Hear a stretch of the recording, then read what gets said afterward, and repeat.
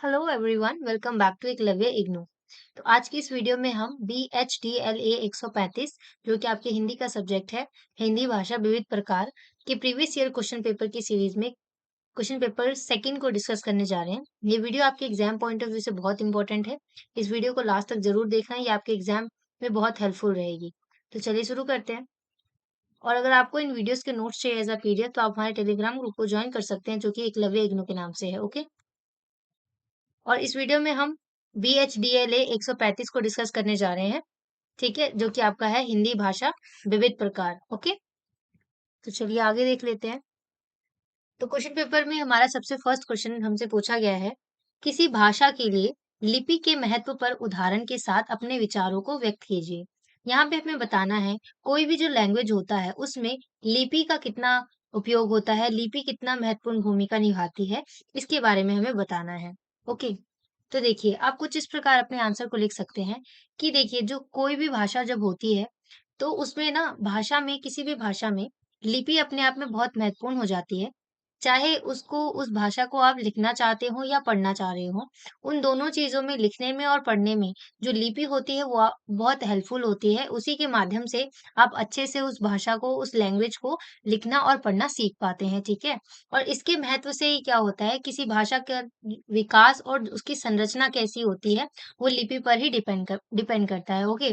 और लिपि जो है वो विचारों, ज्ञान और जो को साझा करती है, उसके व्यक्त करने का एक माध्यम है, ठीक है? जो कि समाज को एक साथ बांधता है। लिपि के थ्रू ही आप क्या कर सकते हैं, किसी भी भाषा के अ, उसके जानकारी के बारे में लोगों तक साझा कर पाते हैं, ठीक है? और अगर हम एक उदाहरण की बात करें तो उसमें आप बता सकते हैं कि कैसे जो विभिन्न प्रकार की भाषाएँ होती हैं, उसमें अलग-अलग लिपियों का उपयोग होता है, जिसमें क्या होता है कि जो हिंदी भाषा है खासकर, उसके लिए देवनागरी लिपि है, ये आपको पता ही होगा। और अंग्रेजी भाषा की अगर हम बात करें तो उसमें लैटिन लिपि का उपयोग किया जाता है। और अगर हम जापानी भाषा के उपयोग बात करें तो उसमें हिरागाना जो है उस लिपि का, और काटाकाना लिपि का उपयोग किया जाता है। उसी के साथ-साथ जो संस्कृत भाषा होती है ना, उसके लिए देवनागरी और अगस्त्य लिपि का उपयोग किया जाता है, जैसे कि अन्य लिपियों का प्रयोग किया जाता है।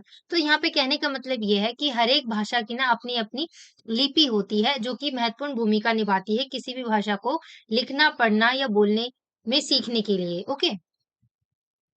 और ये जो लिपियाँ होती हैं ना, उन भाषाओं के नियम और जो वर्ण विचार होते हैं, उन उन सभी के उच्चारण को प्रतिष्ठित करती हैं। इसी के साथ-साथ जो उनके वर्ण विचार होते हैं, उनके और जो नियम होते हैं उन भाषाओं के, उनको प्रतिष्ठित करती हैं, ये जो लिपि होती हैं वो। ठीक है? और लिपि के उपयोग की अगर हम बात करें, तो उसमें भाषा के साथ एक अद्वितीय रिश्ता बनाता है। लैंग्वेज का और उस लिपि का, दोनों का आपस में एक अद्वितीय जो है रिश्ता होता है। इसके बिना लिखित सामग्री को संग्रहित या फिर संचालित और साझा करना मुश्किल हो जाता है। और जो लिपि होती है ना, उसी से क्या होता है, भाषा को समझना और संप्रेषित करने का एक माध्यम है, जिसके माध्यम से क्या होता है, लोग जो होते हैं अपने विचार, विज्ञान और धर्म, कला, इतिहास, इन सभी के बारे में और जितने भी ज्ञान के क्षेत्र होते हैं उनमें आगे उद्घटित होते हैं और उसके बारे में बताते हैं, ठीक है? और इसके अलावा क्या-क्या होता है कि जो लिपि होती है ना, उससे भाषा की पहचान और संरक्षण का भी माध्यम होता है। लिपि की मदद से क्या होता है, जो लोग होते हैं वो अपनी साहित्यिक और जो सांस्कृतिक धरोहर है, उसको सँभाल सकते हैं। तो यहाँ पे कहने का मतलब ये है कि जब आप लिपि के थ्रू ही आप किसी भी भाषा के बारे में ना चीज़ों को संरक्षित कर सकते हैं, और इससे ही जो आगे आने वाली पीढ़ियाँ होती हैं ना, उसको इस लैंग्वेज का आनंद लेने का अवसर दे सकते हैं। अगर लिपि नहीं होगी तो आप किसी भी लैंग्वेज को संरक्षित कर सँभाल कर नहीं रख सकते हैं, ठीक है? और संक्षेप में अगर हम कहें तो लिपि एक महत्वपूर्ण साधन होता है, ठीक है? जिसमें क्या होता है, भाषा को जीवित और सकारात्मक बनाता है। इसकी लिपि के थ्रू ही जो लैंग्वेज होता है वो लगता है कि जीवंत है और सकारात्मक है, पॉजिटिव है। और ये क्या होता है, ये हमारी संस्कृति, ज्ञान, विचारधारा, इन सभी के संरक्षण और विकास में जो है महत्वपूर्ण भूमिका निभाती है। तो आप कह सकते हैं यहाँ पे किसी भी भाषा के लिए लिपि जो है अपने आप में ही बहुत महत्वपूर्ण हो जाती है। ओके? नेक्स्ट क्वेश्चन पेपर में हमारा क्वेश्चन नंबर 2 है, वर्तनी संबंधी नियमों का उदाहरण सहित वर्णन कीजिए। यहाँ पे वर्तनी संबंधी जितने भी नियम होते हैं, उच्चारण संबंधी उन सभी के बारे में बताना है। तो वर्तनी संबंधी अगर हम नियम की बात करें, तो एक भाषा को लिखने और पढ़ने का जो नियम है, उन्हीं का जब संग्रहण करते हैं और जो उच्चारण और जो शब्दों के स्पष्ट और सही रूप में प्रस्तुति करते हैं उसी में मदद करते हैं वर्तनी संबंधी जितने भी नियम होते हैं। जब आप किसी भी भाषा को लिखना पढ़ना चाहते हैं, उसको सुरक्षित करके रखना चाहते हैं और उसको जो बोलने का तरीका है, उच्चारण है, उसको जब आप सुनिश्चित करना चाहते हैं, तो उसमें जो है वर्तनी संबंधी नियम जो है आपको बहुत मदद करते हैं। ठीक है? और इन नियमों के पालन के से ही क्या होता है ना, हम एक संगठित और संयोजित और स्पष्ट लिखित भाषा का उपयोग कर सकते हैं। वर्तनी संबंधी अगर हम नियमों की बात करें, तो उनके उदाहरण है जैसे कि स्वर व्यंजन विभाजन। इसमें क्या होता है, वर्णों को स्वरों में विभाजित करा जाता है, जिसके द्वारा जैसे कि आप एग्जाम्पल की बात करें, रात का जो रा है वो स्वर है और ता जो है वो एक व्यंजन है, ठीक है? तो इसमें जो रा है वो स्वर क्यों है? क्योंकि इसमें एक आ का डंडा लगा है तो जो है हमारा स्वर होता है। तो इस वज़ह से स्वर व्यंजन का विभाजन कि हमें अलग-अलग विभाजन करके स्वर का अलग व्यंजन का अलग विभाजन करके हम एक स्वर बनाते हैं, ठीक है? तो इससे क्या होता है कि एक उच्चारण शब्द बनाते हैं जैसे कि रात, इसमें हमने स्वर का भी उपयोग किया, व्यंजन का भी उपयोग किया। आई होप कि आपको समझ में आया होगा। ठीक है? इसी प्रकार स्वर का लंबा और छोटा होना। कई बारी क्या होता है ना, कुछ शब्दों में जो स्वर होते हैं उनका आदान-प्रदान के बावजूद उनकी जो लंबाई है और वो ना या तो छोटी होती है या तो बड़ी हो सकती है। उदाहरण की अगर हम बात करें, कार और कर, यहाँ पे शब्द तो एक ही है, बट यहाँ पे जस्ट बिकॉज़ ऑफ कि यहाँ पे स्वर और व्यंजन का उपयोग किया गया है, तो यहाँ पे स्वर लग जाने की वजह से जो है यहाँ पे कार और कर इसकी शब्द की जो लंबाई है वो थोड़ी बड़ी से छोटी हो गई है ना? और इसी के साथ-साथ मात्राओं का सही प्रयोग, अगर जब हम बात करें, जब आप बर्तनी के बारे में बात कर रहे होते हैं, तो उसमें क्या होता है कि अपने आप में जो मात्राएँ होती हैं ना, वो बहुत इम्पोर्टेंट हो जाती हैं। मात्राएँ में क्या होता है कि शब्दों में जो उच्चारित मात्राएँ होती हैं ना, उन सभी को सही तरीके से उपयोग करना। उदाहरण की अगर हम बात करें, तो मात्रा और मात्रिका में जो त्र है, इसका उच्चारण अलग होता है। मात्रा में आप अलग तरीके से बोलेंगे और जब हम मात्रिका बोलेंगे, तो त्रि बोलेंगे आप, है ना? तो इन दोनों में क्या है, अपने आप में शब्द तो एक ही है त्र यहाँ पे लगा हुआ, परंतु उनके उच्चारण में डिफरेंट आ जाता है। डिफरेंशिएशन हो जाता है इन दोनों के बीच में, ठीक है? तो इसी चीज़ को हम बेसिकली मात्राओं का सही प्रयोग करना हम कहते हैं, ठीक है? और इसी प्रकार जब हम अनुकरणीय वर्णों का प्रयोग करते हैं, तो इसमें क्या होता है, शब्द जो होते हैं वो वर्णों के प्रयोग से ऐसे करना होता है जिससे क्या हो कि जो उच्चारण है वो सही हो और स्पष्ट हो। अगर हम उदाहरण की बात करें, आम, आम के बजाय अम का उच्चारण। देखिए, आप आम को अगर बोलेंगे तो ये उच्चारण आपका गलत हो जाएगा, ठीक है? तो इस प्रकार से जो अनुकरणीय वर्ण होते हैं उनका उपयोग अच्छे से करना और उनका उच्चारण अच्छे से करना, ठीक है? और संधि, देखिए यहाँ पे संधि की अगर हम बात करें तो संधि में क्या होता है, 2 या अधिक शब्द जो होते हैं उनको मिलने से होने वाले जो वर्ण होते हैं ना, उनके बदले में जो संधि का प्रयोग किया जाता है। फॉर एग्ज़ाम्पल देखिए, 2 या अधिक शब्द को आप जोड़कर या तो एक कोई वर्ण बना लीजिए या फिर 2 संधि का प्रयोग करके अलग-अलग और उससे कोई एक सेंटेंस बनाइए। जैसे कि राम आया, तो इससे क्या बन गया, एक सेंटेंस बन गया, राम आया। ठीक है? तो इस प्रकार हम संधि का भी वर्तनी में उपयोग करते हैं, ठीक है?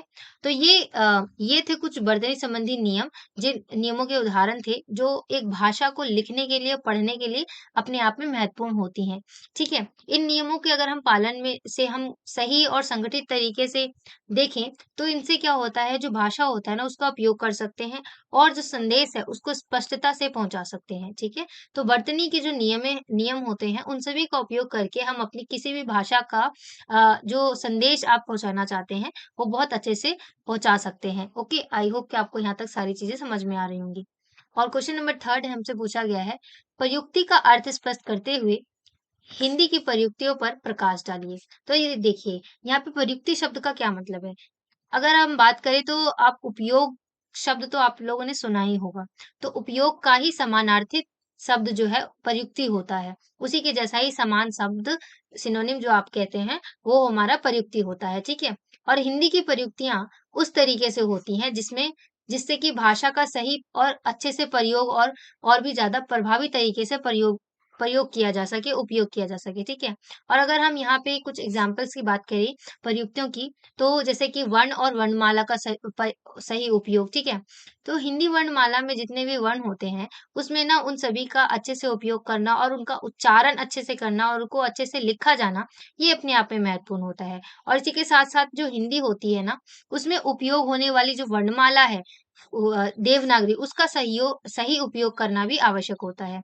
और इसी के साथ-साथ वाक्य की संरचना करते टाइम भी हमें कई चीज़ों का उपयोग करना होता है। जैसे कि हिंदी में जब हम वाक्य की संरचना कर रहे होते हैं, तो उनका सही ढंग से समझना और उनका उपयोग करना बहुत महत्वपूर्ण होता है। वाक्य में जो है वो सरलता आनी चाहिए, सहजता आनी चाहिए और संगठितता आनी चाहिए, उसके पालन करना बहुत ज़रूरी है। मतलब वाक्य जो हैं आपके सरल समझ में आ जाने चाहिए, ऐसे होने चाहिए। ऐसा ना हो कि बहुत ज़्यादा ही जटिल शब्दों का उपयोग किया गया हो। और इसी के साथ जो पदों का सही प्रयोग भी हमें बहुत इम्पोर्टेंट हो जाता है। जितने भी पद होते हैं, उन सभी का एक-एक करके अच्छे से उपयोग करना। फॉर एग्ज़ाम्पल हिंदी में जितने भी वाक्य होते हैं, उनकी रचना क्या होती है? पदों के आधार पर ही होती है ना? और इसीलिए जो पदों का सही उपयोग और उचित उपयोग करना आवश्यक हो जाता है, ताकि जो भाषा है, वो स्पष्ट दिख सके और संगठित रहे, ठीक है? इकट्ठी हो सके और स्पष्ट मतलब साफ-सुथरी दिखे, ठीक है? वाच्य का प्रयोग हिंदी में जो वाच्य होते हैं या फिर क्रियापद, उनका सही प्रयोग और सामर्थिक उपयोग करना भी अपने आप में बहुत महत्वपूर्ण हो जाता है, क्योंकि सही वाच्य प्रयोग से ही जो भाषा है ना, उसका अर्थ स्पष्ट निकलेगा। अगर आपने वाच्य का सही उपयोग नहीं किया होगा, तो उस भाषा का अर्थ जो है, वो सही नहीं निकलेगा और वाक्यों का जो प्रभाव है, वो बढ़ता है। क्योंकि अगर आप गलत वाच्य का उपयोग करेंगे, तो आपके जो अर्थ है, वो अलग ही निकल के आएँगे, ठीक है? उसी के साथ-साथ वर्तनी की अगर हम बात करें, तो हिंदी में सही वर्तनी का उपयोग करना, उसका पालन करना भी बहुत महत्वपूर्ण होता है। यदि हम सही वर्तनी का ध्यान नहीं रखते हैं, तो क्या होता है जो भाषा होती है ना उसकी स्पष्टता और गुणवत्ता प्रभावित हो सकती है ना? और इन प्रयुक्तियों के पालन से क्या होता है, जो हिंदी भाषा होती है, उसका सुंदरता और संगठित और समार्थिक उपयोग किया जा सकता है और ये जो है, भाषा को और भी स्पष्ट और सुगम बनाती है और संदेश को सही ढंग से पहुँचाने में मदद भी करती है। तो वर्तनी और वाच्य प्रयोग और जितने भी वर्तनी संबंधी नियम हैं, लिपि है, इन सभी का उपयोग जो है, सही ढंग से, सही तरीके से किया जाना चाहिए, ताकि जो भी लैंग्वेज है, उसका जो भी संदेश है, जो भी इन्फॉर्मेशन आप पहुँचाना चाहते हैं, वो सही-सही पहुँच पाए। ठीक है? नेक्स्ट क्वेश्चन में हमसे पूछा गया है, ज्ञान विज्ञान के जटिल विषयों को सरल भाषा में अभिव्यक्त करने के लिए किन-किन बातों का ध्यान रखना आवश्यक होता है? तो देखिए जब ज्ञान विज्ञान के विषय की बात आती है, तो उसमें कई ऐसे जटिल शब्द होते हैं या जटिल भाषा का उपयोग किया जाता है, जो कि हमें जल्दी समझ में नहीं आता है। सो इस वजह से जो ज्ञान विज्ञान और जटिल विषय जो होते हैं, उनको सरल भाषा में व्यक्त करने के लिए कुछ महत्वपूर्ण बातें होती हैं, जिनका हमें ध्यान रखना आवश्यक होता है। जैसे कि सरल और सामान्य शब्दों का प्रयोग करना। ज्ञान विज्ञान में जितनी भी जटिल अवधारणाएँ हैं, उनको सरल और सामान्य बनाने के लिए उनके सामान्य शब्दों का प्रयोग किया जाना चाहिए। उनकी जब हम व्याख्या करते हैं, तो उसकी हमें जो भी शब्द है, उसकी हमें ना सामान्य सरल भाषा के शब्दों का उपयोग करने के साथ-साथ, उनका जब हम डेफिनिशन देते हैं, व्याख्या करते हैं, तो वो भी सरल शब्दों में होनी चाहिए और व्याख्या हमें ज़रूर देना चाहिए। और जो जटिल शब्द होते हैं और जितनी भी शब्दावली होती है, उसके बजाय हमें ना सरल शब्दों के और साधारण शब्दों का उपयोग करना चाहिए ताकि उसको समझने में आसानी हो, ठीक है? और इसी के साथ-साथ जितने भी प्रतीकात्मक उदाहरणों का अगर हम प्रयोग करें, तो उसमें क्या होता है जितने भी अव्यवस्थित और जटिल विषय होते हैं, उनको समझने के लिए हमें प्रतीकात्मक उदाहरणों का प्रयोग करना चाहिए। यह विषय को स्पष्टता से समझने में सहायता करता है। देखिए, जब आप किसी चीज़ को प्रतीकात्मक तरीके से समझाते हैं, तो वो आपको याद भी अच्छे से हो जाता है एक ही बार में और समझ में भी आपको अच्छे से आ जाता है। और वाक्य संरचना का सरलीकरण करना। देखिए, जटिल विषयों को क्या होता है सरल बनाने के लिए वाक्य संरचना को सरल ढंग से समझना और सरलीकृत करना। देखिए, कई बारी क्या होता है कुछ ऐसे शब्द होते हैं या कुछ ऐसी बातें लिखी होती हैं जो हमें समझ में नहीं आती, जटिल विषयों का उपयोग किया जाता है। तो उसको समझना और सरल शब्दों में व्याख्या करना जो है वाक्य संरचना करते वक़्त उसको और ईज़ी बनाना जो है इम्पोर्टेंट होता है। और दर्शाने की क्षमता, सरल भाषा में ज्ञान विज्ञान के जितने भी जटिल विषय होते हैं उनको समझाने के लिए दर्शाने की क्षमता विकसित करना। कई बारी आप इस चीज़ को भी अगर आप अपने ऊपर इम्प्लीमेंट करते हैं, तो आप देखेंगे आपको चीज़ें और अच्छे से समझ में आ रही हैं और ज़्यादा लॉन्ग टाइम तक याद रह रही हैं। किसी चीज़ को अगर लिखने के बजाय अगर आप उसको विज़ुअलाइज़ तरीके से उसको ड्रॉ कर सकते हैं या पाई चार्ट बना सकते हैं, तो वो चीज़ आपको फ्लो चार्ट बना सकते हैं, तो वो चीज़ आपको जो है ज़्यादा अच्छे से तरीके से याद रहेगी। जैसे कि मानचित्र, आभासी प्रतियाँ, डायग्राम्स इन सभी के उपयोग करते हैं आप, तो ज्ञान विज्ञान में जो है ये चीज़ें बहुत हेल्पफुल होती हैं, ठीक है? निरंतर प्रश्न और समीक्षा। जब आप सरल भाषा में ज्ञान विज्ञान के विषयों को समझने का प्रयास करें, तो निरंतर जो भी आपके दिमाग में क्वेश्चन आए, तो उसको पूछ लें आप। और आपके जो भी प्रश्न हैं, उनसे रिलेटेड सभी प्रश्नों से रिलेटेड जितने भी क्वेरीज हैं और विचार हैं, उनको सरल कर लें, उनको सुधार लें, ठीक है? उनकी समीक्षा कर लें। तो ये महत्वपूर्ण बातें थी जो ज्ञान विज्ञान के जटिल विषयों को सरल भाषा में व्यक्त करने में मदद कर सकती हैं। जब आप किसी जटिल भाषा को सरल भाषा में व्यक्त करना चाहते हैं, तो आपको इन बातों का ध्यान रखना चाहिए, ठीक है?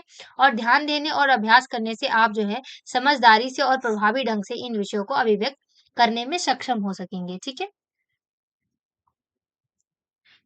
तो लास्ट क्वेश्चन है हमारे क्वेश्चन पेपर में, निम्नलिखित में से किन्हीं 2 पर आपको टिप्पणी लिखनी है, बट हम इन चारों को एक-एक करके डिस्कस करने वाले हैं, ठीक है?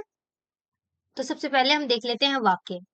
तो जब हम वाक्य की बात कर रहे हैं, तो वाक्य जो होता है वो हिंदी भाषा का एक महत्वपूर्ण अवयव है, एक घटक है महत्वपूर्ण जो कि वाक्य है, जो एक एक पूर्णांकित विचार या फिर संकेत को व्यक्त करता है। वाक्यों का संरचना, समक्ष और व्याख्या करने के लिए वाक्य का प्रयोग हमें सक्षम बनाता है। देखिए, अब जब आप वाक्यों की संरचना कर रहे हैं, उसकी समीक्षा करना चाह रहे हैं, उसकी समझ बनाना चाह रहे हैं, तो उसके लिए वाक्य जो है बहुत इम्पोर्टेंट हो जाता है हिंदी में। और इसी के साथ-साथ पारिभाषिक शब्दावली की अगर हम बात करें, तो हिंदी भाषा में निर्दिष्ट शब्दों और अवधारणाओं और जितनी भी प्रतिष्ठित व्याख्यान है ना, उनको संक्षिप्त रूप में प्रदर्शित करती हैं।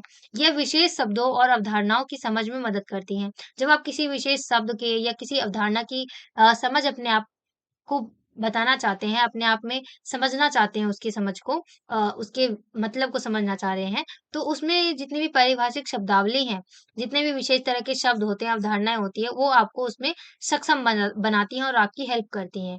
और ज्ञान विज्ञान के क्षेत्र में विशेष अधिकारियों के बीच संवाद को सुगम बनाती हैं। जितने भी विशेष अधिकारी होते हैं, उनके बीच में जितने भी वार्तालाप वगैरह होता है, उसमें भी इसको सुगम बनाती हैं, ठीक है? और हमसे पूछा गया था वाणिज्यिक क्षेत्र में हिंदी। तो जितने भी व्यापार या वाणिज्य क्षेत्र होते हैं, उसमें हिंदी का क्या रोल होता है? तो हिंदी भाषा जो है वो व्यापारिक संवाद और विज्ञापन और वाणिज्य पत्रों जितने भी दस्तावेज होते हैं, उन सभी का उपयोग करके हिंदी भाषा का जो है व्यावसायिक और माध्यम रूप से प्रयोग कार्य कर सकती है। हिंदी के अगर हम व्यापारिक शब्दों की बात करें, तो उसमें सही प्रयोग से उच्चतम गुणवत्ता के साथ संवाद को सुनिश्चित करना भी इम्पोर्टेंट हो जाता है। तो वाणिज्य में आप देख सकते हैं कितने प्रकार से जो हिंदी है, 2 पक्षों को अगर एक को हिंदी आती है और एक को इंग्लिश नहीं आती, तो कितना मुश्किल हो जाता है। तो इसी प्रकार अगर दोनों को हिंदी आती है, दोनों को इंग्लिश आती है, तो वो अपने आप में बहुत महत्वपूर्ण हो जाता है। तो व्यावहारिक संवाद करना, अगर व्यापार से रिलेटेड किसी से बात करनी है, तो उसमें आपकी हिंदी अच्छा होना चाहिए। अगर विज्ञापन बनाना है, तो उसमें भी हिंदी बहुत इम्पोर्टेंट होती है, बिकॉज़ अगर आप जब विज्ञापन बनाएँगे, तो ऐसा तो नहीं है ना कि उस एरिया में सबको इंग्लिश आती ही आती हो, तो आपको हिंदी में भी बनाना पड़ेगा विज्ञापन, है ना? और नेक्स्ट हमसे पूछा गया था हिंदी के व्यंजन वर्ण। तो देखिए व्यंजन वर्णों की अगर हम बात करें तो उनके द्वारा जो हमारी ध्वनियाँ होती हैं, ध्वनियाँ व्यक्त करते हैं और जो शब्दों का उच्चारणात्मक ढंग होता है उससे बनते हैं। हिंदी भाषा में जो क, ख, घ जैसे व्यंजन है ना, इनका वर्ण इसका एक उदाहरण है। ये वर्णों के एक उदाहरण है और इन वर्णों से ही क्या होता है, सही उच्चारण और उपयोग से हिंदी भाषा की गुणवत्ता और भी प्रभावी तरीके से बढ़ती है। हिंदी व्यंजन में जितने भी वर्ण होते हैं उन सभी का अगर अच्छे से उपयोग किया जाए तो उसमें जो है भाषा में और भी चार चाँद लग जाते हैं और भी उनकी गुणवत्ता और भी प्रभावशाली और अच्छी हो जाती है, ठीक है? तो आई होप कि आपको यहाँ तक सारी वीडियो अच्छी लगी होगी और आपको चीज़ें समझ में आई होंगी। अगर आपको कुछ पूछना हो तो आप कमेंट सेक्शन में लिख सकते हैं और अगर आपको वीडियो पसंद आई है तो do like, share and subscribe and thanks for watching.